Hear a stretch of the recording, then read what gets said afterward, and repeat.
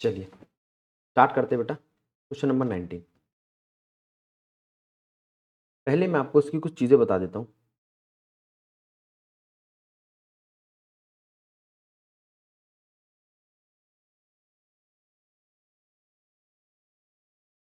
Bohr के postulate की हम बात करते हैं तो सबसे पहला पोस्टुलेट आएगा MVR is equals to NH/2 pi. ठीक है। दूसरा पोस्टुलेट आएगा एनर्जी का -2.18 इंटू 10⁻⁻18 अपॉन में n²। इसको जूल में और -13.6 अपॉन में n², इसको इलेक्ट्रोवोल्ट में लिख सकते हैं।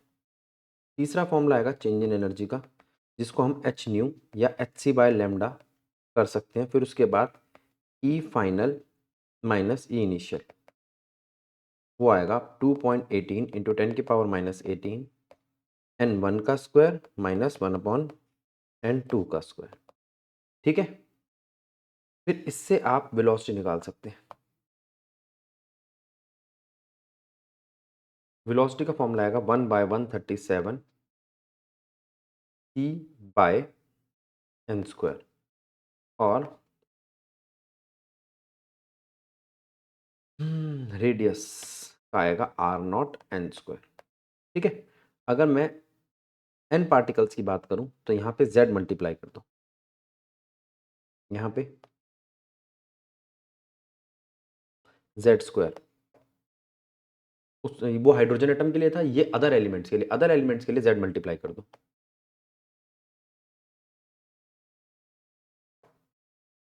यहाँ पे, यहाँ पे और यहाँ पे डिवाइड कर दो।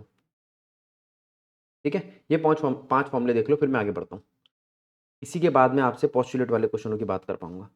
ठीक है। एक बात और, बोहर का जब फॉर्मूला आता है टोटल एनर्जी का, टोटल एनर्जी होती है potential energy plus kinetic energy.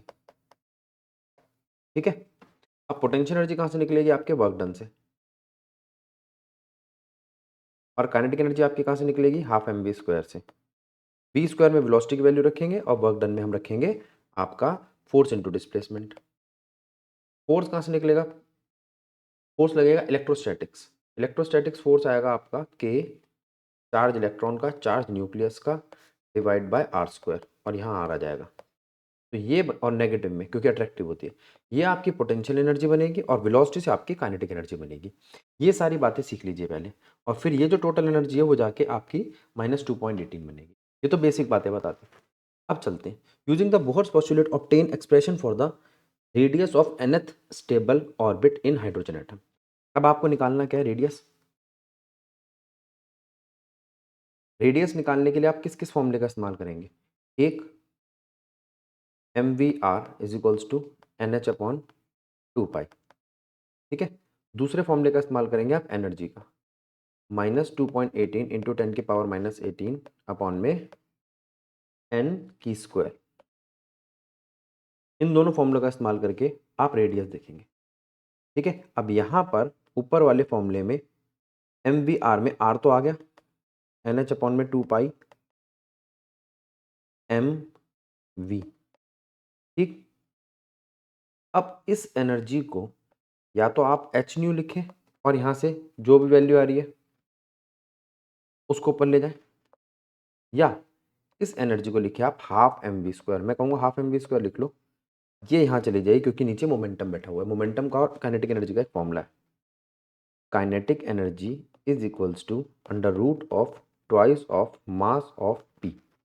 ध्यान होगा आपको। ठीक है। एक एक्सपेरिमेंट में भी आता है, वो वैल्यू उठा के रख देंगे। एक चीज़ तो ये समझो। अब इसका आंसर पढ़ लेते हैं। ये लो, और इसको आप कांस्टेंट मान के चले, इसको बार बार ना खोले, इसे मान ले k।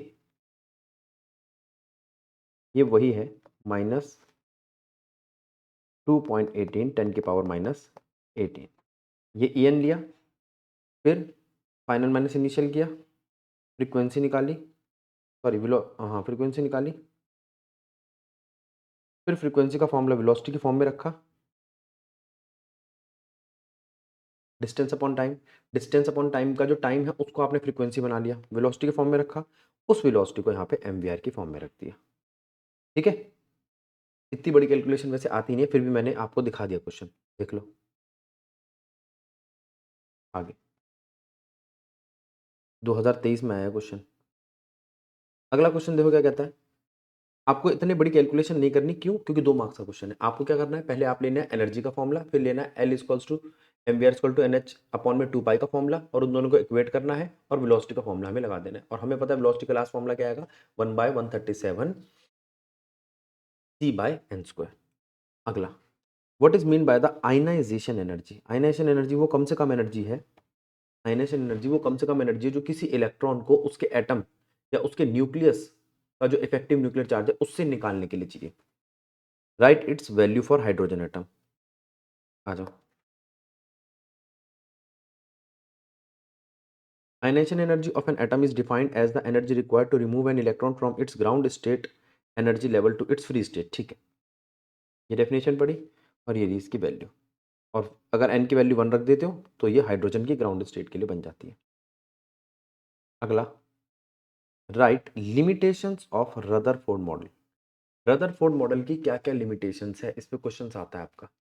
तो रदरफोर्ड मॉडल जो था उसने स्पाइरल मॉडल दिया था। अगर एक न्यूक्लियस है उससे हम बाहर जाते जाएंगे जाते जाएंगे जाते जाएंगे तो एक टाइम बिल्कुल बाहर चला जाएगा इलेक्ट्रॉन, और अगर अंदर आता है तो अंदर आते आते न्यूक्लियस में चला जाएगा। दोनों ही पॉसिबल नहीं है, एक बात। दूसरी बात, रदरफोर्ड ने जो मॉडल दिया था अपना, उसके अंदर हमने बात की थी 2D अरेंजमेंट की, 3D अरेंजमेंट की नहीं थी, जो हमने बाद में श्रोडिंगर में की। ठीक है। रदरफोर्ड की कई चीजें बाद में ठीक करी किसने, बोहर ने। रदरफोर्ड के बाद बोहर का मॉडल आया था जिसने एनर्जी को बताया। यहाँ पर ये पता नहीं था इलेक्ट्रॉन घूम रहा है तो उसके एनर्जी के लिए कौन रिस्पॉन्सिबल है। इलेक्ट्रोस्टैटिक फोर्स ऑफ अट्रैक्शन है, ठीक है, घूमते वक्त जो सेंट्रीपिटल फोर्स है वो कौन प्रोवाइड कर रहा है। ये चीजें रदरफोर्ड की कमी थी। आगे चलते हैं। Consider 2 different type of hydrogen atom. ठीक है, the electron in each atom is in an excited state. ठीक है, is it possible for electron to have different energy but same orbital angular momentum according to the Bohr model? Justify your answer।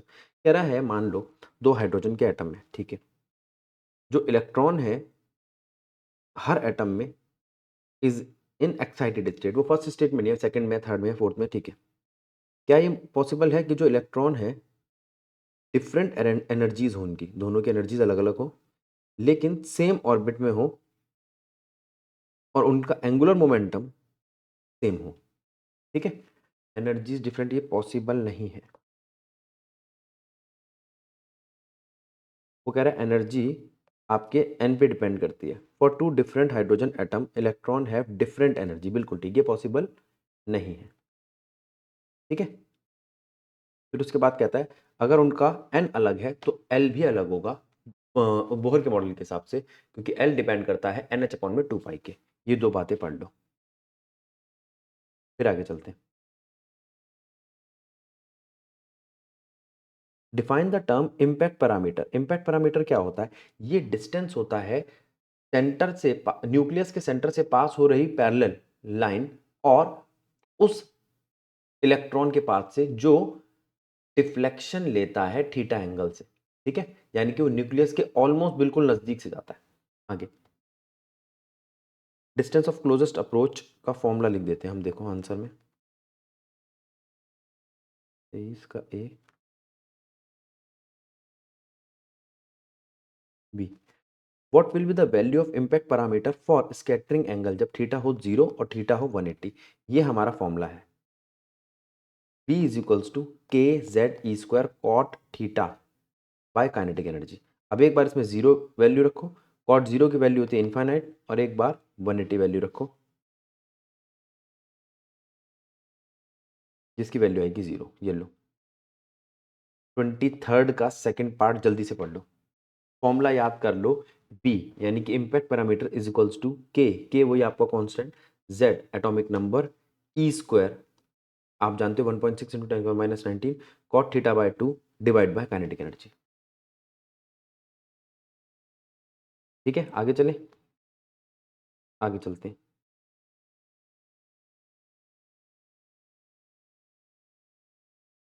Question number 24 derive an expression for radius of nth orbit, ये करा चुका हूं मैं अभी ऊपर।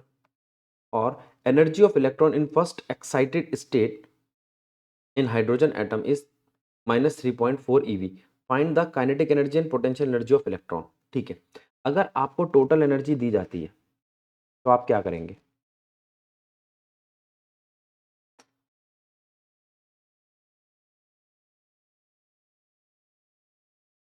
देखो हमारे पास एक फॉर्मूला है, टोटल एनर्जी होती है kinetic energy plus potential energy. ठीक है, एक बात, पोटेंशियल एनर्जी होती है डबल काइनेटिक एनर्जी का और नेगेटिव,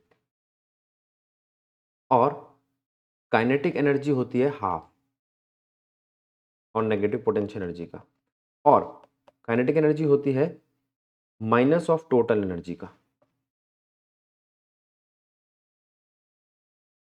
एक बात, पोटेंशियल एनर्जी बता दी, काइनेटिक एनर्जी। टोटल एनर्जी होती है हाफ ऑफ पोटेंशियल एनर्जी और माइनस ऑफ काइनेटिक एनर्जी। अब देखो क्वेश्चन क्या कह रहा है, क्वेश्चन कह रहा है मैं आपको दे रहा हूं टोटल एनर्जी -3.4, टोटल एनर्जी -3.4, तो बताओ काइनेटिक एनर्जी क्या होगी? +3.4, और पोटेंशियल एनर्जी क्या होगी? Twice of -3.4। ठीक, चलिए आगे चलते हैं। Right short coming of Rutherford atom model. Rutherford की कमियां बताओ, लिमिटेशंस बता दी थी मैंने अभी ऊपर, अगर वहां लिखी होगी तो देख लेता हूं।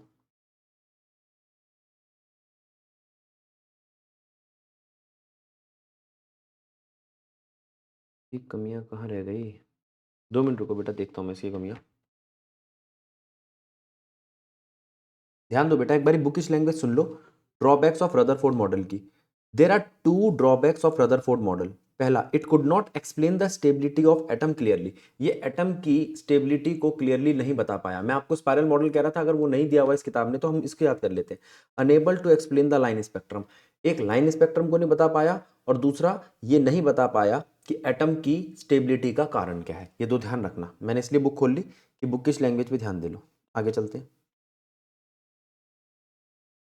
Explain briefly how Rutherford scattering of alpha particle by a target nucleus can provide information of the size of nucleus। अच्छा एक बात बताओ, मैंने ये कहा कि यहाँ पे एक एटम है, यहाँ पे एक न्यूक्लियस है, मैं यहाँ पर एक अल्फा पार्टिकल बम्बार्ड कर रहा हूँ और अल्फा पार्टिकल सीधा चला गया, इसका मतलब ये हुआ कि एटम खाली है, पहली बात। दूसरी बात, अल्फा पार्टिकल हल्का सा स्कैटर करा, इसका मतलब वहां कोई चीज आई थी, या तो इलेक्ट्रॉन आ सकता है, या वो प्रोटॉन या वो न्यूक्लियस के बहुत नजदीक आया था। दूसरा, तीसरा, वो सिर्फ 20,000 में से कोई एक ही वापस आया। इससे हमें ये पता चलता है, इसे पॉस्टुलेट्स कहते हैं बेटा इसके, इससे हमें ये पता चलता है कि वो 20,000 में से एक पे ही वापस आया। इस बात से हमें ये पता चलता है कि साइज जो है न्यूक्लियस का वो 20,000 गुना छोटा होगा या 1 लाख गुना छोटा होगा पूरे एटम के साइज से। आंसर में देखते हैं। देखो, according to Rutherford experiment most of the alpha particle pass through the gold foil, सीधे चले गए। सिर्फ 0.14% थे जो स्कैटर्ड करते हैं 1 डिग्री एंगल, ठीक है, और 8,000 में से एक है जो वापस आ गया, ठीक है।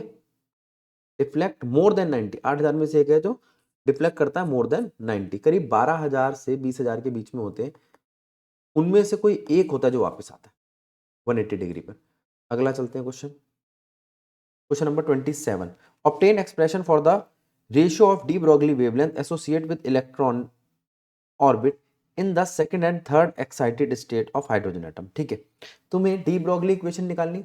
डी ब्रोगली इक्वेशन अगर हम दिमाग लगाएं तो क्या होती है, lambda equals to H upon में ई। ठीक है, अब वो कह रहा है इनकी एनर्जी के साथ इनका रिलेशन निकालना है, energy associate with second and third orbit. अगर मैं इसे वेवलेंथ मान रहा हूं तो एनर्जी का एक फॉर्मूला ये भी है, एच सी बाय लैम्डा, और ये किसके बराबर आता है, 2.18 इंटू 10⁻⁻18 अपॉन में n स्क्वायर। यहां मिलेगा आपको इसका डी ब्रॉगली के आगे जो उसने एक्साइटेड स्टेट बोली है, सेकंड एक्साइटेड स्टेट और third excited state. Second excited state में N3 लेंगे, थर्ड एक्साइटेड स्टेट में N4 लेंगे। चलिए पढ़ते हैं यहाँ पर। वो कह रहा है हम जानते हैं lambda equals to H upon में पी होता है, हाँ जी। एच अपॉन में एम भी लिख सकते हैं, हाँ जी। एम भी कितना हो गया, एच अपॉन में लैम्डा, ठीक है। एम वी आर ले आया ये, इसको आर के साथ मल्टीप्लाई करके, क्यों, क्योंकि इसको बराबर रख देगा एन एच अपॉन में 2 पाई के, हाँ जी ठीक है, कर दिया। अब वो कहता है यहां से अगर मैं लैम्डा देखूं तो क्या आता है, 2 पाई अपॉन में एन एच मल्टीप्लाई में एच अपॉन में आर, एच से एच कट जाएगा, यानी कि 2 पाई आर अपॉन में एन आ गया, ठीक है। अब एक चीज तो ये आ गई। अब वो कहता है आपका जो आर है वो एन स्क्वायर से डायरेक्टली प्रोपोर्शनल है, उसका फॉर्मूला है मेरे पास, r is equals to are not an square, जिसमें इसकी वैल्यू होती है radius of first orbit of hydrogen atom, और उसको z से डिवाइड कर दोगे तो किसी भी एटम। तो ये हम जानते हैं पहले से ही, as r is directly proportional to n square, और अगर मैं इसको हटा के ये एन स्क्वायर लाता हूँ, 2 पाई तो हट जाएगा प्रोपोर्शनलिटी में, तो lambda is directly proportional to N.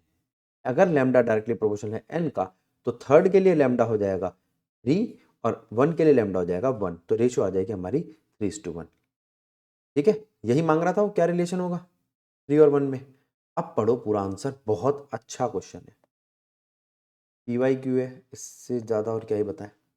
ठीक है, जल्दी से पढ़ लो पूरा आंसर, एक बार इसको स्क्रीन को रोक के फिर हम आगे बढ़ते हैं। चलिए, कौन सा था ये, 28 hydrogen atom in ground state is excited by a electron beam of 12.5 EV energy. ठीक है, एनर्जी दे दी, हमारे पास एनर्जी का क्या फॉर्मूला है, -13.6 डिवाइड बाय एन स्क्वायर। ठीक है, एन मांगेगा तो हम एन स्क्वायर उधर ले जाएंगे, -13.6 डिवाइड बाय 12.5 EV कर देंगे। ठीक है, find out the maximum number of line emitted. N आ गया तो फॉर्मूला लगाएंगे हम एन मल्टीप्लाई में n-1/2, उससे मैक्सिमम नंबर ऑफ लाइन पता चल जाएगी हमें। चलिए देखते क्या कर रहा है वो आंसर में। वो कह रहा है जो तुम्हारी 12.5 है, अच्छा सॉरी एक्साइटेड थी, तो उसको हम 13.6 में ऐड कर देंगे। ठीक है, the energy absorb by it is En, वो है -13.6 प्लस 12.5, ये आ गई आपकी एनर्जी -1.1 EV। ठीक है, अब वो कहता है ग्राउंड स्टेट में कितनी है, इतनी। यहाँ पे एन स्क्वायर किसके बराबर आया, -13.6 डिवाइड बाय -1.1। अब ये आ गया आपका N square is equals to 12.36। अच्छा, अब अगर मैं देखूं तो n की वैल्यू में क्या रखूं कि वो 12.36 के आसपास है। अगर मैं n की वैल्यू 3 रखता हूं तो 3 का क्या आता है 9 और 4 का क्या आता है 16, तो मैंने n की वैल्यू 3 के अप्रोक्सीमेटली ले ली।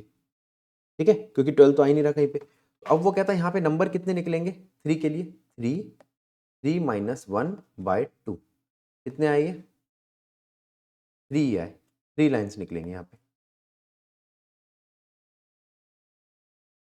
ठीक है, इस वाले फॉर्मूले को याद कर लो, ये हम केमिस्ट्री में लगाते थे लेकिन यहाँ पे भी पूरा काम करेगा। इसे बोलते हैं number of lines, number of maximum lines. Minimum 1 होती है, कभी पूछे मिनिमम लाइन कितनी होगी 1, दोनों पूछे तो मैक्सिमम निकाल देना और मिनिमम 1। आगे चलते हैं, क्वेश्चन नंबर 29 क्या कह रहा है, calculate the orbital period t निकालो of the electron in first excited state of hydrogen atom. आ जाओ, अब टी निकालने के लिए हमें फ्रीक्वेंसी ले दी, वेलोसिटी ले ली। वो कह रहा है वेलोसिटी ऑफ इलेक्ट्रॉन का फॉर्मूला हमने ये पकड़ लिया, या फिर आप यही पकड़ सकते हो एन स्क्वायर वाला सी। ठीक है, ये कांस्टेंट की वैल्यू लिख रहा है बस, और कुछ नहीं है। आगे वो z की वैल्यू बता रहा है, e की वैल्यू बता रहा है, उसको सॉल्व कर रहा है, h की वैल्यू बता रहा है, सॉल्व करके वैल्यू को ले आया यहाँ पर।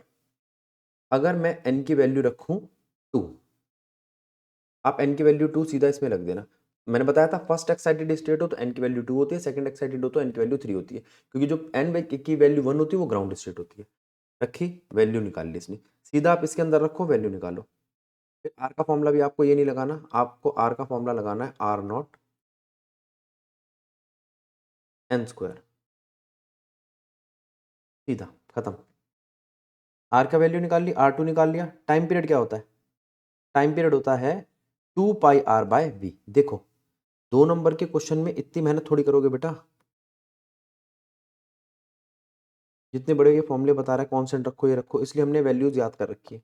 v is equals to 1/137 c by n square.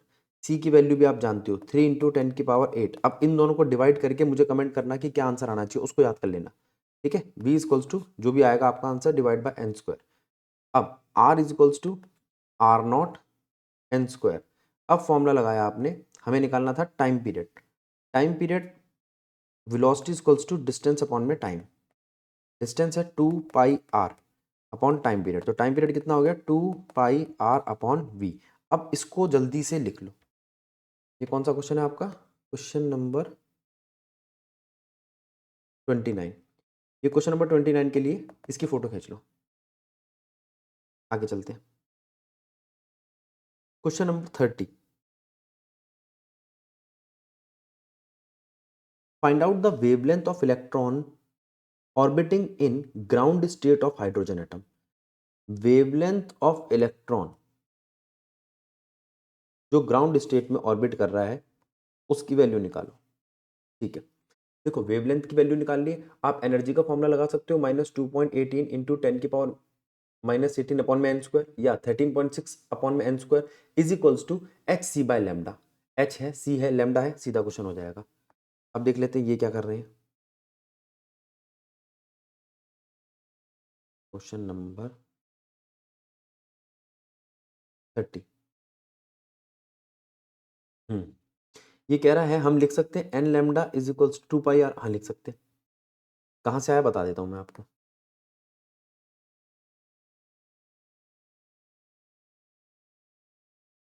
आप बोल सकते हो, आपको निकालना m lambda equals to 2 pi r. Lambda equals to H upon में p. P is equals to H upon में लैम्डा। और इसको लिख सकते हो आप एम वी। एम वी को अगर आर से मल्टीप्लाई करोगे तो कुछ नहीं होगा, 2 पाई चाहिए हमें। एन एच अपॉन में 2 पाई का फॉर्म ले लो। एन एच अपॉन में 2 pi is equals to M we R. 2 pi को उठा के उधर ले जाओ तो एन एच अपॉन में एम वी आ जाएगा। तो 2 पाई आर ये है आपका सरकमफ्रेंस जो यहाँ लिखा हुआ है, और ये जो एच अपॉन में एम वी है यही है आपका लैम्डा। तो यहाँ से आया ये फॉर्मूला, तो अब रटने की जरूरत नहीं है।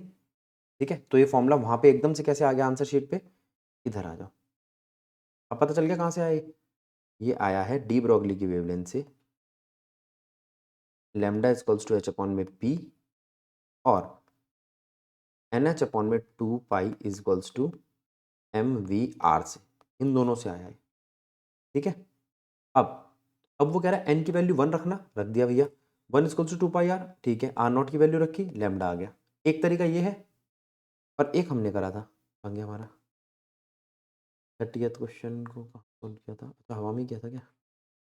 दोबारा सुनो 30th क्वेश्चन। वेवलेंथ कैसे निकालोगे किसी ऑर्बिट की, वो हमने करा था एनर्जी से। एक तरीका ये है, E is equals to H C by lambda is equals to -2.18 10⁻⁻18 upon में एन स्क्वायर। ये भी लगा सकते हो आप, ये लगाओ या ये लगाओ। जल्दी से पढ़ लो इसको फिर आगे बढ़ते हैं। Question number 31। Find the wavelength of electron orbiting in first excited state of hydrogen atom. पहले बोला था ग्राउंड स्टेट, अब बोला एक्साइटेड स्टेट, कोई दिक्कत नहीं है, दोनों क्वेश्चन सेम है। आगे चलते हैं। State Bohr's postulate of hydrogen atom. ठीक है, gives the relationship for the frequency of emitted photon in trans. देखो अभी मैंने आपको जो कराई थी उसमें फ्रीक्वेंसी निकल कर आई थी।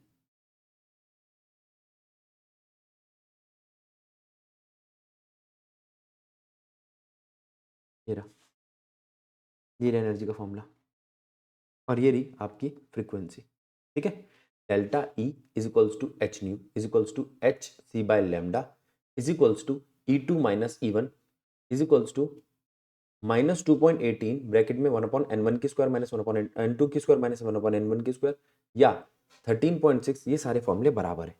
जल्दी से इसको रीड कर लो, फिर मैं आगे बढ़ता हूँ। इसको देख लो,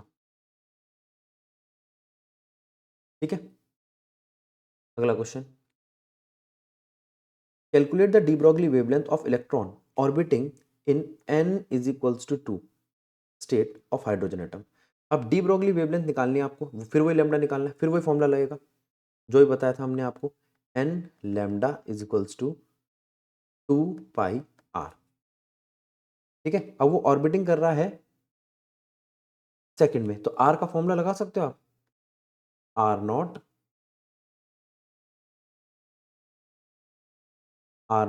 एन स्क्वायर, एन से एन काट देना, आपके पास पूरी वैल्यू आ जाएगी, लैम्डा आ जाएगा, ठीक है। चलिए अब देखो इस वाले में क्या कह रहा है, यहाँ पे क्या बता रहा है, वो वाला फॉर्मूला लगाओ, E is equals to H C by lambda, वो भी लगा सकते हो, कोई दिक्कत नहीं है।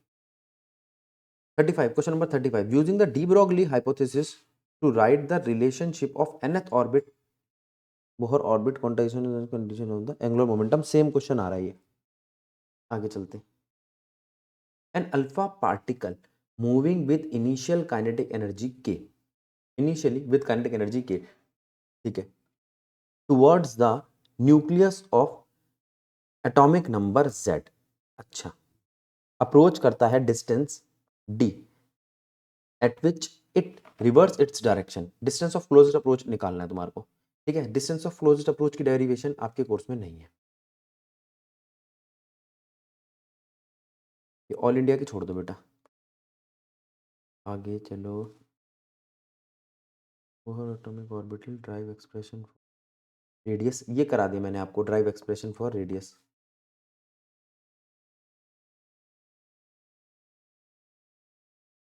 ये पढ़ लेते हैं बेटा हम। डिफाइन करो आयनाइजेशन एनर्जी, बता चुका हूँ। How would the ionization energy change when electron in hydrogen atom is replaced by mass of 200 times that of electron, ठीक है। अब देखो एनर्जी का फॉर्मूला तुम्हारे को पता है, कहाँ तक पहुँच गए, 40,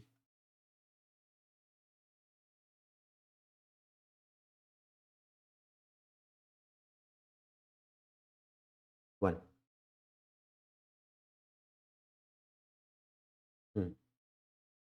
लो, ये डेफिनेशन है आयनाइजेशन एनर्जी की, और ये रहा तुम्हारा फॉर्मूला, और इसका मास के साथ डायरेक्ट रिलेशन है, E is directly proportional to mass. अगर मैं इलेक्ट्रॉन को रिप्लेस कर देता हूँ 200 गुना भारी चीज से, तो एनर्जी भी 200 गुना ज्यादा हो जाएगी। पढ़ो इसको, इंपॉर्टेंट है ये, आपका 1 या 2 नंबर में आ सकता है। आगे, in the ground state of hydrogen atom it's Bohr radius is इतना, अच्छा, आर नॉट दे रखा है 5.3 10 की power -11, the atom is excited such that the radius is become इतना, एन पता लगाओ उसका, value of principal quantum number यानी कि एन पता लगाओ, और टोटल एनर्जी पता लगाओ, हो जाएगा। तो मैं कर ही देता हूँ, सीधा हो जाएगा। क्या कह रहा है देखो, ठीक है, रेडियस का फॉर्मूला लगाने को कह रहा है, R is equals to are not an square, n square is equals to R by R not, R question में दे रखा है, आर नॉट 5.3 क्वेश्चन में दे रखा है, फिर उसके बाद एनर्जी निकालने को कह रहा है, वो था -13.6 अपॉन में एन स्क्वायर, ईवी में जवाब आ जाएगा, 2.18 वाला लगाओगे जूल में जवाब आ जाएगा।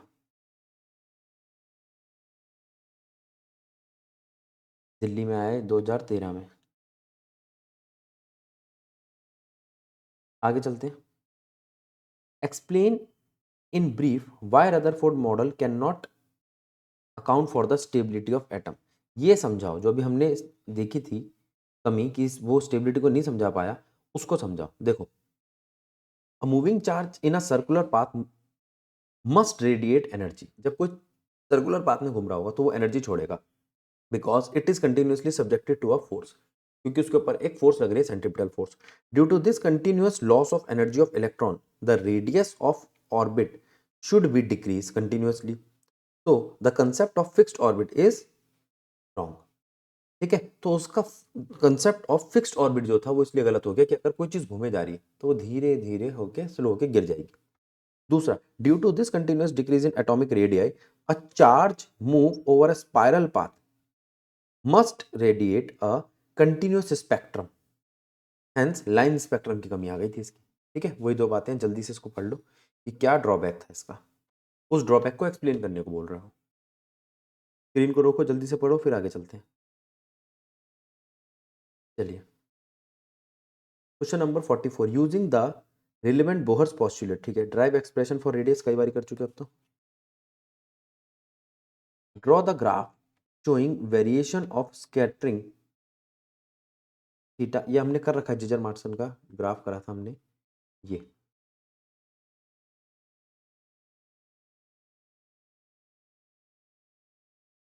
ये है वो ग्राफ। ठीक है, स्कैटरिंग वाला, नंबर ऑफ पार्टिकल्स कितने स्कैटर कर रहे हैं थीटा के साथ। आगे, write two conclusion that you can draw from the graph. वो पता ही आपको, हमने ये कंक्लूजन निकाला कि बहुत कम पार्टिकल्स हैं जो डेविएट कर रहे हैं, और दूसरा ये कि कोई 18 या 20 हज़ार में से कोई एक ही है जो वापस आ पाता है, जो 180 डिग्री वापस आ पाता है। थीटा जैसे जैसे बढ़ता जा रहा है तो नंबर ऑफ पार्टिकल्स कम होते जा रहे हैं, बहुत कम पार्टिकल्स है जो डेविएट करते हैं। दूसरा, ज्यादातर पार्टिकल 0 डिग्री पे रहते हैं, मतलब डेविएट ही नहीं करते। देखो ग्राफ के अंदर ज्यादातर पार्टिकल 0 डिग्री पे, नॉन डेविएटिंग, और 180 डिग्री तक आते आते पार्टिकल्स, नंबर ऑफ पार्टिकल्स बहुत कम हो गए। आगे, obtain expression for distance of closest approach हम बना चुके हैं।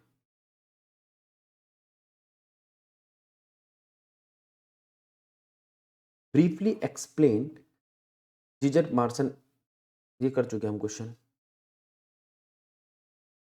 Draw graph to show the variation of number scattering हो चुका, डिस्कस ब्रीफली टू कंक्लूजन हो चुका। Differentiate between distance of closest approach and impact parameter, question number 48।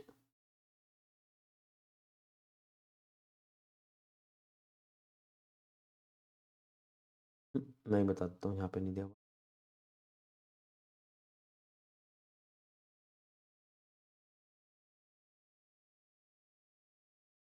देखिए, अगर ये न्यूक्लियस है तो, और ये सेंटर, न्यूक्लियस के सेंटर से एक पैरेलल लाइन ड्रॉ की हमने, तो जो पार्टिकल उसको बिना छुए यहाँ से निकल जाता है किसी पर्टिकुलर थीटा एंगल पे, वहां का जो परपेंडिकुलर डिस्टेंस आता है उसे हम कहते हैं इम्पैक्ट पैरामीटर।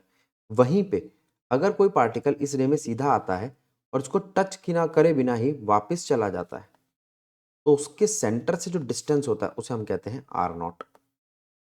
इसे कहते हैं डिस्टेंस ऑफ क्लोजेस्ट अप्रोच, और इसे कहते हैं impact parameter.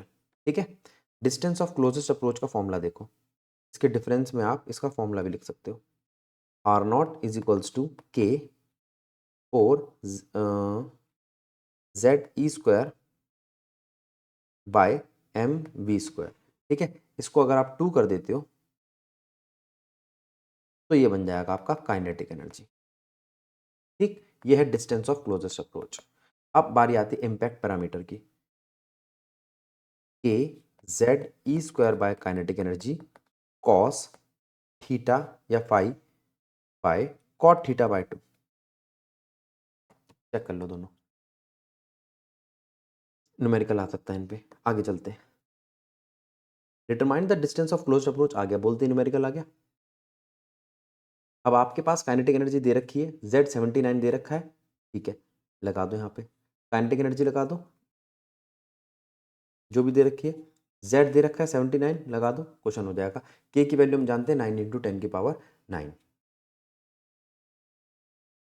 State 3 postulates of Bohr's theory. ठीक है, फाइंड एंगुलर मोमेंटम। पहला पोस्टुलेट यही है कि इलेक्ट्रॉन रिवॉल्व करते हैं अराउंड द न्यूक्लियस। दूसरा पोस्टुलेट है वो जिस एंगुलर मोमेंटम के साथ यानी कि एमवीआर के साथ रिवॉल्व करते हैं वो NH अपॉन में 2 पाई के बराबर होता है, यानी कि नंबर ऑफ शेल पे डिपेंड करता है। तीसरा पोस्टुलेट है इनके पास एक अपनी पर्टिकुलर एनर्जी होती है, वो एनर्जी इलेक्ट्रॉन को घूमने के लिए किसी ऑर्बिट में एक पर्टिकुलर एनर्जी चाहिए, वो नेगेटिव में होती है। नेगेटिव साइन का मतलब यह है कि वो धीरे धीरे करके एनर्जी डिक्रीज कर रही है, जिसकी वजह से एटम या सिस्टम आपका स्टेबल रहता है।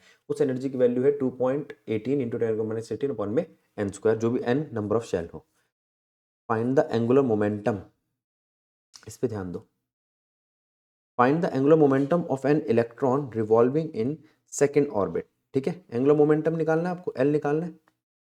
L is equals to M we r is equals to n H upon में 2 पाई। हो गया क्वेश्चन। एन दे रखा है आपको 2, एच अपॉन में 2 pi, h constant 2 pi constant, n की वैल्यू रखो, एल आ जाएगा। अगला question, the ground state of hydrogen atom is 13.6। ठीक है, एक फोटोन है जो एमिट करता है, emitted during transition n is equals to 3 to n is equals to 1। अब आपको 2 n दे रखे हैं, is incident on photo sensitive material, ठीक है, ऑफ अननोन वर्क फंक्शन, ठीक है। The photo electron are emitted from the material with maximum kinetic energy इतना, ठीक है। Calculate the threshold wavelength of the material, ठीक है। ठीक है, यहाँ आपको क्या क्या दिया हुआ है, पहले उसको समझो क्या दिक्कत है, कहाँ चला गया। हाँ, यहाँ आपको क्या क्या दिया हुआ है, 2 n दिए हुए हैं, ठीक है, उससे हम एनर्जी निकाल लेंगे, ठीक है। फिर उसके बाद उसने काइनेटिक एनर्जी दी है, लो हो गया। पहले delta E is equals to minus, अच्छा ईवी में दिया तो -13.6 1/n1 की स्क्वायर, माइनस हटा दो प्लस कर दो, -1/n2 की स्क्वायर, ये लगा के डेल्टा ई निकाला। काइनेटिक एनर्जी क्वेश्चन में दी हुई है। काइनेटिक एनर्जी होती है energy minus work function. Work function को फाई नॉट या डब्ल्यू नॉट से दिखा दो, तो यहाँ से आपका वर्क फंक्शन आया, ये तो दिया हुआ है, ये दिया हुआ है, वर्क फंक्शन आ जाएगा, ठीक है ना। काइनेटिक एनर्जी है delta E minus phi not, work function जो आया उसको बराबर रख दो h C by lambda not, यही होता है आपका मैक्सिमम वेवलेंथ। ये आगे भी आ सकता है ऐसे टाइप का कोई क्वेश्चन, उसके लिए दे रहा हूं मैं आपको। दूसरा, यहां पर आप दूसरी चीज का निकाल सकते हो उसको, एच न्यू नॉट, ये है आपकी फ्रीक्वेंसी, ठीक है। ध्यान दो इस पे, कौन सा क्वेश्चन था ये,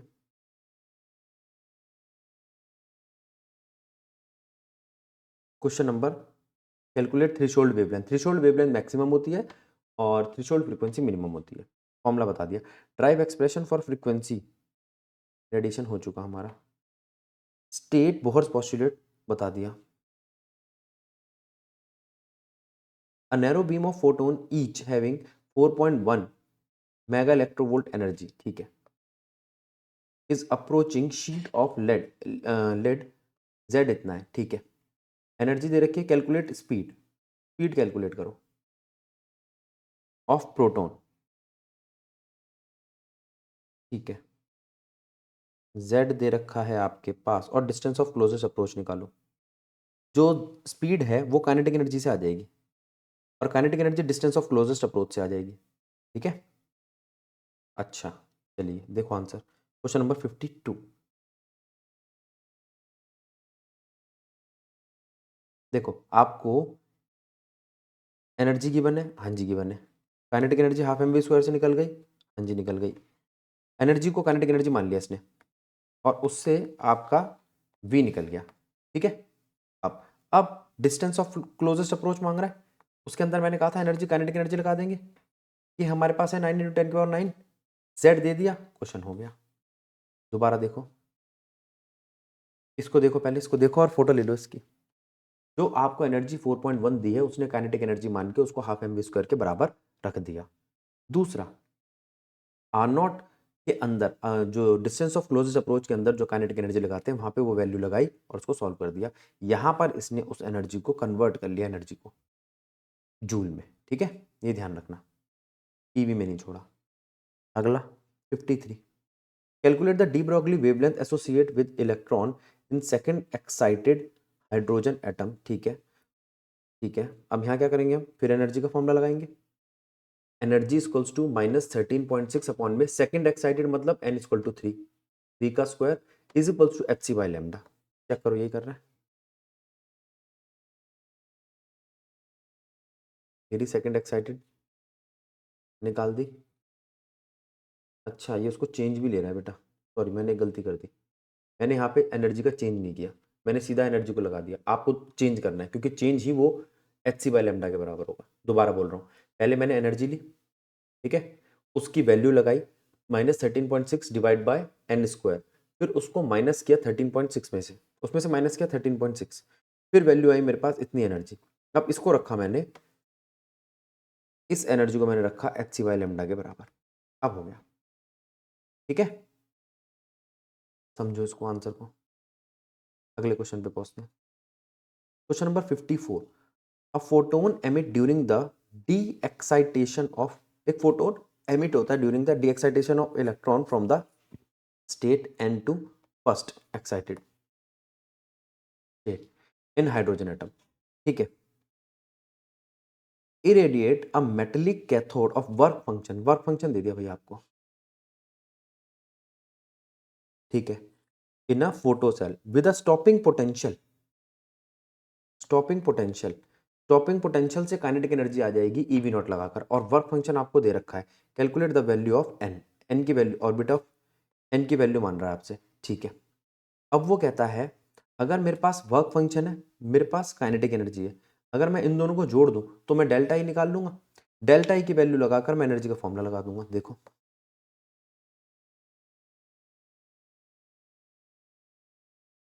बन गया क्वेश्चन नंबर 54।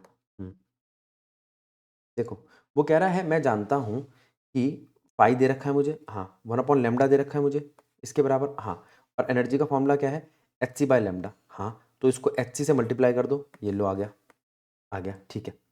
तो energy is equals to H c R, R वही रेडबर्ग कॉन्स्टेंट 1.09 10 की पावर माइनस 10 की पावर 7 वाला, 1/n1 के स्क्वायर माइनस 1/n2 के स्क्वायर, ये किसके बराबर आ गया, पाई प्लस काई के। काइनेटिक एनर्जी होती है ईवी नॉट, वो भी आ जाएगी हमारे पास। इस वैल्यू को सॉल्व किया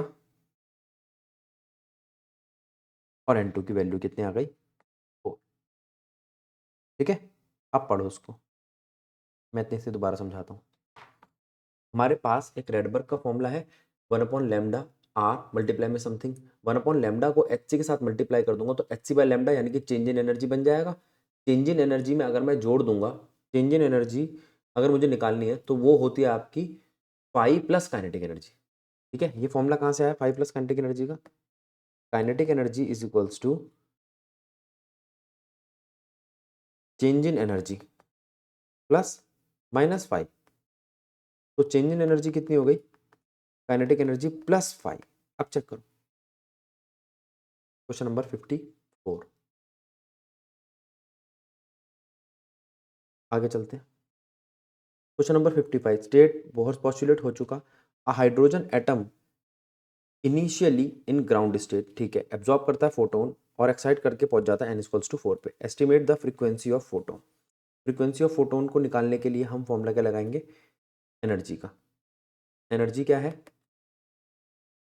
-13 नहीं -2.18 इंटू 10 की पावर -18 n1 n2 के स्क्वायर माइनस n1 के स्क्वायर, ये लगा दिया और इसको बराबर रख दिया एच न्यू के, तो फ्रीक्वेंसी आ जाएगी, आ जाएगी। तो बार बार वही फॉर्मूले लग रहे हैं, एनर्जी को बराबर रखा एच न्यू के, उसको बराबर रखा 2.18 इंटू 10 की पावर -18 ब्रैकेट में 1/n1 की स्क्वायर माइनस 1/n2 की स्क्वायर के, वो हो गया। बार बार देख लो, बोहर का पॉस्टुलेट बहुत आ रहा है, रदरफोर्ड के पॉस्टुलेट और रदरफोर्ड की लिमिटेशंस बहुत आ रही है। अगर ये आपको यहाँ पे क्लियर ना हो तो कोई बच्चा गूगल करके ग्रुप में डाल देना, ठीक है, सबके काम आ जाएगा। आगे चलते हैं। ऐसा क्वेश्चन आता है तो हमारे पास यहाँ पर चेंज इन एनर्जीज दिखती है, ए की, बी की, सी की, डी की, ई की, ठीक है। अब आपको क्या करना है, बस इससे एनर्जी पता लगानी है। इससे जो एनर्जी आएगी वो क्या होगी, एच सी बाय लेमडा, इससे एनर्जी आएगी एच सी बाय लेमडा, ठीक है। अब वो जो एच सी बाय लेमडा आई है उस वो तो आई है जूल में, और जूल को अगर मेगा इलेक्ट्रोवोल्ट में कन्वर्ट करना हो तो, वो सॉरी इलेक्ट्रोवोल्ट में, तो मल्टीप्लाई कर दो, ई से मल्टीप्लाई, ई से डिवाइड, इससे डिवाइड कर दो 1.6 10 की पावर -19 से, ठीक है, आपका जवाब आ जाए। अच्छा, अब एक बार इसके आंसर को देख लेते हैं। Question number 56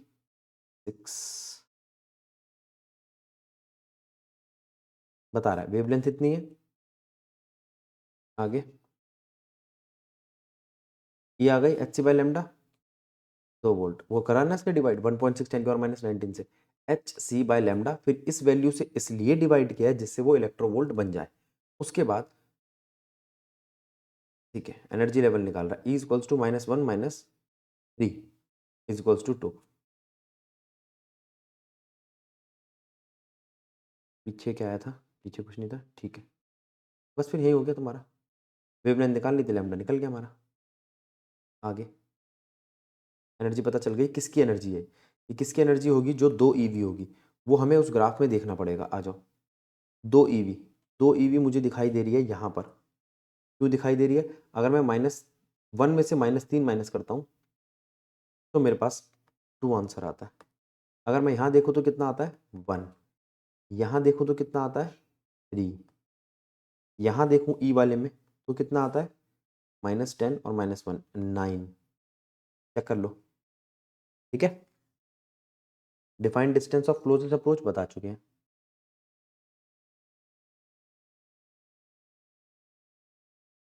the kinetic energy of electron orbiting in the first excited state of hydrogen atom is इतनी, ठीक है। Determine the D Broglie wavelength, हो गया, बोलते खत्म हो गया। काइनेटिक एनर्जी का फॉर्मूला hc/λ रख दो, आपकी डी ब्रोगली वेवलेंथ आ जाएगी। चेक कर लेते हैं फिर भी। 58, यही बताता हूँ क्या होता है। Lambda equals to H upon में पी होता है, ठीक है। एच अपॉन में पी की जगह मैं रख सकता हूँ choice of mass into kinetic energy, हाँ रख सकता हूँ। फिर बाद में मैं इसको ईवी नॉट भी रख सकता हूँ, आगे तक चला दिया, ठीक है। आगे चलते हैं। ये वाला क्वेश्चन अभी सेम किया है हमने। State Bohr's quantization condition, how de Broglie hypothesis explain. एक बार इसको पढ़ लो बेटा, थियोरेटिकल क्वेश्चन है।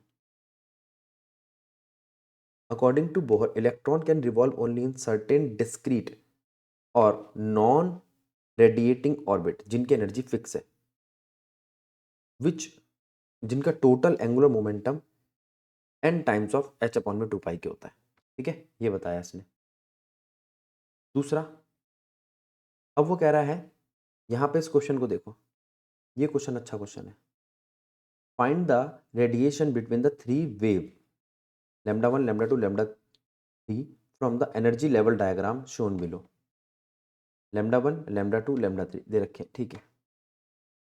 λ1 और λ2 को अगर मैं देखता हूँ तो उनकी एनर्जी का सम करने पर मेरे पास λ3 आता है, ठीक है। तो एक एनर्जी ली मैंने E1, एक एनर्जी ली मैंने E2, वो बराबर आ रही E3 के। इस फॉर्मूले को लगा दो। एक एनर्जी बनाई ये, एक एनर्जी बनाई ये, और एक एनर्जी बनाई ये, उन दोनों को ऐड कर दिया। ये लो, वही करा इसने। तुम इसको ई सी ना लिख के सीधा लिखो, इसको बनाओ E1, इसको बनाओ E2 और इसको बनाओ E3, और E3 बराबर है E1 प्लस E2 के। आपके पास रिलेशन आ जाएगा। देखो एनर्जी 1 + 2 3 के बराबर है और दोनों के दोनों इन्वर्सली प्रोपोर्शनल है वेवलेंथ के। तो बोल सकते हो 1/λ3 इज इक्वल्स टू 1/λ1 + 1/λ2। HC तो कटना है। देखो ये EB FEVC मत लिखो, सीधा लिखो E1 is equals to HC/λ, E2 is equals to HC/λ2, E3 is equals to HC/λ3। अब पकड़ो इसको, आगे चलते हैं। Using Bohr's total postulate derive expression for total energy हो चुका है। The value of ground state energy of hydrogen atom is -13.6, ठीक है। Find the energy required to move electron from ground state to first excited state, यानी कि delta E लगाना है। Delta ई का फॉर्मूला क्या है? E2 - E1, यानी कि -13.6, दिख रहा है ना, ब्रैकेट में 1/n2। फर्स्ट एक्साइटेड स्टेट के लिए 2 होगा और ग्राउंड के लिए 1 होगा। यहाँ 2 रखना, यहाँ 1 रखना, हो गया। अगला, determine kinetic energy and orbital radius of first, ठीक है। अब हमारे पास डेल्टा ई है, ठीक है। डेल्टा ई से delta E equals to kinetic energy कर सकते हो आप, अगर ऊपर वाला केस है तो क्वेश्चन खत्म। फर्स्ट एक्साइटेड स्टेट के लिए रेडियस बताओ, R equals to R0 n²। Hydrogen atom है तो, और कोई और एटम है तो डिवाइड में Z। चेक कर लेते हैं 61 के आंसर को।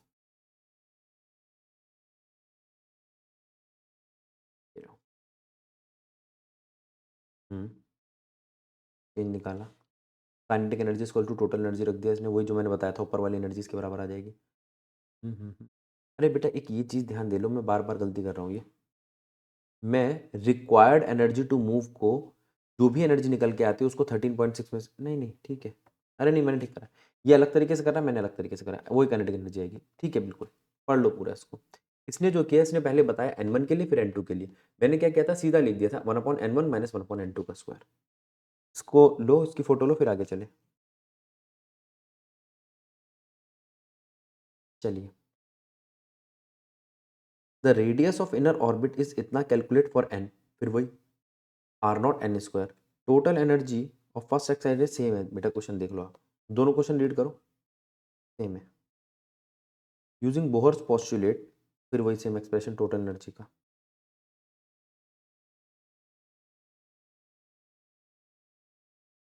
इस पे मैं न्यूमेरिकल भी करा चूंगा अभी आपको, काइनेटिक एनर्जी वाला। यूजिंग बोहर्स पोस्टुलेट सेम है, सेम है। z की वैल्यू अभी 79 रखी थी, अब 80 रख दिया, सेम है। ठीक है, तो यहाँ पर 51 ही मिनट हुए बेटा और आपका एटम नाम का जो चैप्टर है उसके क्वेश्चंस हो गए हैं समाप्त। राधे राधे।